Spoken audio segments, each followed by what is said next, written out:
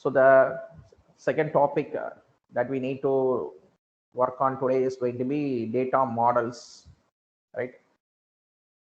So the first data model that we are planning to discuss is going to be relational data model, right? So most of the commercial database management system, they use this relational data model to store data and to represent the relationship among this data, right? So we are going to use tables to store the data and to represent the relationship among the data, right? So each table may have multiple columns, right? So the columns are known as attributes, and the columns, they are expected to have a unique name. Rows are known as tuples or records, right? So the rows are known as tuples or records, and columns are known as attributes. We are going to use tables to store the information and to represent the relationship among the data, right? So the tables are also called as relations, right? So the relational model is also known as record based model, right? So let me show you an example for a relational model, right? So for example, we have student information in one table, right? So this is how the information is organized in the relational model, right? So maybe in NIT Trichy, right, we have some student details, right? Student information is stored in a relation format. It contains student ID, name, and age of the student, right? We also have some course information in a separate table: subject ID or course ID, name of the course, name of the teacher who is teaching the course, and so on, right? So finally, we are going to get the information from both the relations, and we are going to prepare a grade sheet for the course that a particular student has undertaken, right? So we have the primary keys of both the participating relations: student ID of student relation and the subject ID of course relation, and we have unique attribute marks in the grade sheet relation, right? So this is how we are going to use relational model to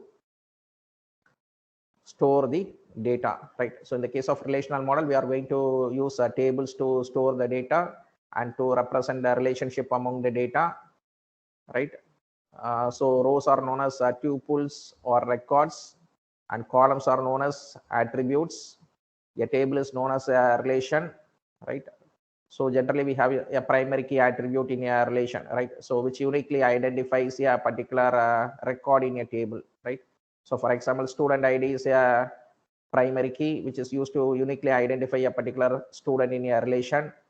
And similarly, course ID or subject ID is a primary key of a course relation which is used to uniquely identify a particular subject in a department, right? So this is how a relational data model is organized, and all the commercial database management system, they do use relational database management system for storing the data, right? So the next data model that we discuss is going to be ER model or entity relationship model. So what do you mean by an entity? So an entity is an object of interest in a particular system, right? So it may have a physical or a logical existence, right? So in ER model, we are going to use a collection of basic objects called entities, attributes, and relationship among these entities to describe a real world system, right? So entity is an object of interest in a system which may have a physical existence or it may have a logical existence. An entity is described by a set of attributes, right? So again, we'll study more about ER model in unit 1 itself, right?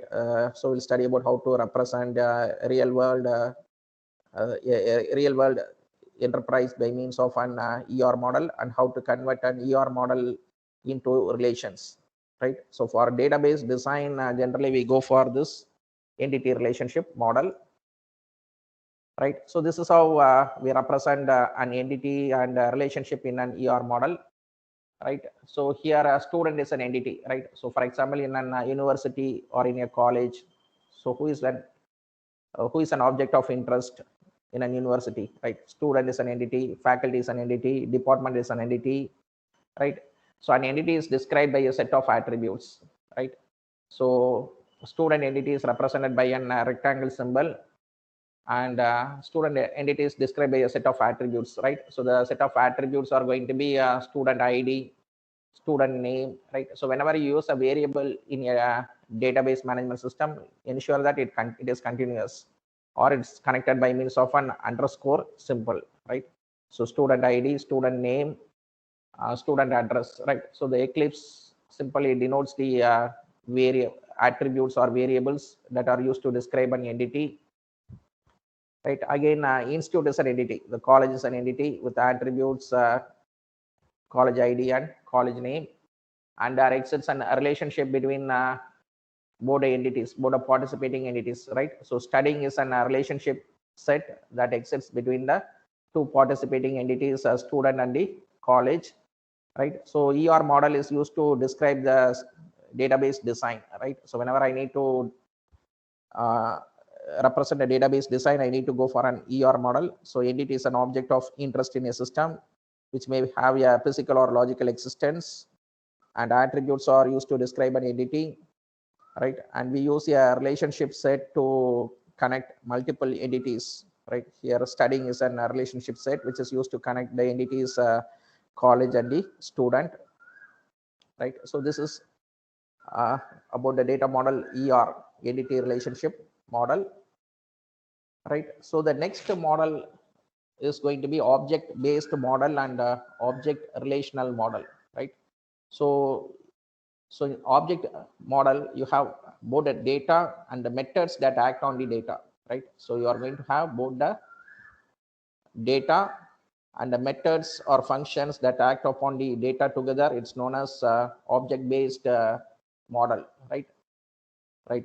So for example, you have some attributes like ID, number, first name, last name, email, phone number, right? So you have some attributes and you have some methods that act on the data.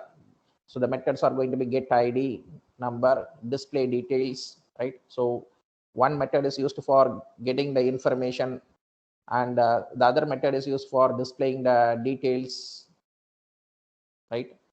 So why do we go for this object based data model, right? So the advantage of object based data model is that right, so inheritance property of object based model, right? So once you create an object based model and you add it in a class library, it is possible to inherit the features of a particular object from a class library, right? So the advantage of object oriented programming is that we have this reusability concept, so that the cost of the product development is going to be reduced, right? So the product development time and the product development cost is being reduced in the case of object based model, right? So object oriented programming have become the dominant software development methodology, right? So this leads to the development of object oriented data model, which can be seen as extending the ER model with notions of object classes, data encapsulation, and object identity, right?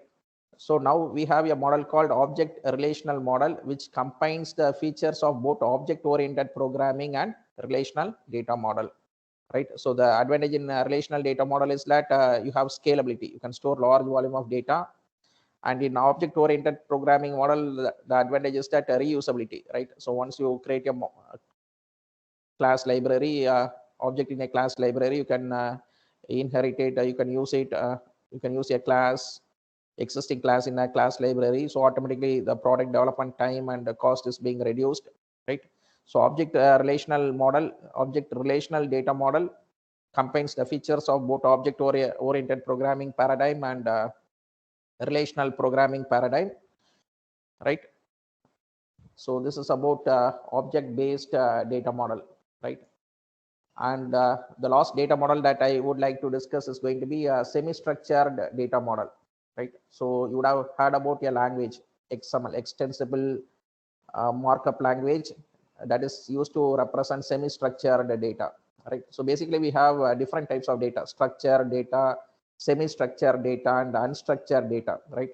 So for example, in universities, in banking and financial institutions, we go for structured data, right? Structured data means, right, I have like a structured relation. I have information about a student in a structured format: student ID, student name, age, department, contact address, right, grades in first semester, second semester, and so on, right? So everything is going to be structured, it's going to be uniform, right? It's going to be in banks and financial institutions. Again, you have this account number, name of the account holder, balance, right? You have information in a structured format. But nowadays, due to this advent of social media, we have a lot of semi-structured and unstructured data, right? So the semi-structured model, it permits the specification of data where individual data items of the same type may have different set of attributes, right? So right, so for example, I am planning to store the student details in an XML file, right? So different students may have different attributes, right? So for example, look into this example. This is a simple XML which is used to store semi-structured data, right? So for example, we are going to store the contact information of employees working in some public sector organization, right? So we have some contact details of different employees, right? So the first contact is going to be the name Arun, company is going to be BHEL, and you have phone number, right? So for example, I have the information about the second employee and I don't have his phone number, I have his email ID, right? Then I can have then we can go for storing the information using this XML format, right? So the contact number, name, contact 2 will be having name, company, and email ID, right? So this is how you create a semi-structured data model. So where like entities of same type may have different set of attributes, right? So for one student, I'm going to store his email ID, whereas for other student, I'm going to store his contact number. Since the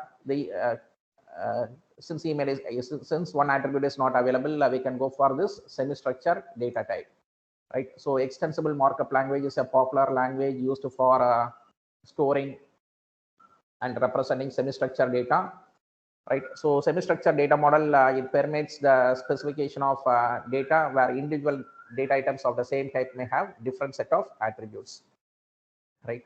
So the data items of the same type, they may have different set of attributes in the case of semi-structured data model, right? So this is about the different types of data model that is supported in our course, right? So that's it for today's class. So any questions from the participants, right? So we have discussed about the data model. So we have discussed about the relational model, which is a popular model where we are going to use a table-like structure to store the data and represent the relationship between the data. We discussed about ER model, entity relationship model, object relational data model, semi-structured data model. So we also studied about the three schema architecture: physical schema, logical schema, and external schema. And we discussed something about physical data independence and logical data independence, right? So we also we also got some information about database instance. So the information stored in a database at a particular point of time is called database instance, and database schema gives you the overall design of the database, right? So thank you for your participation. So we'll continue in the next class. Thank you, sir. Thank you, sir. Thank you, sir.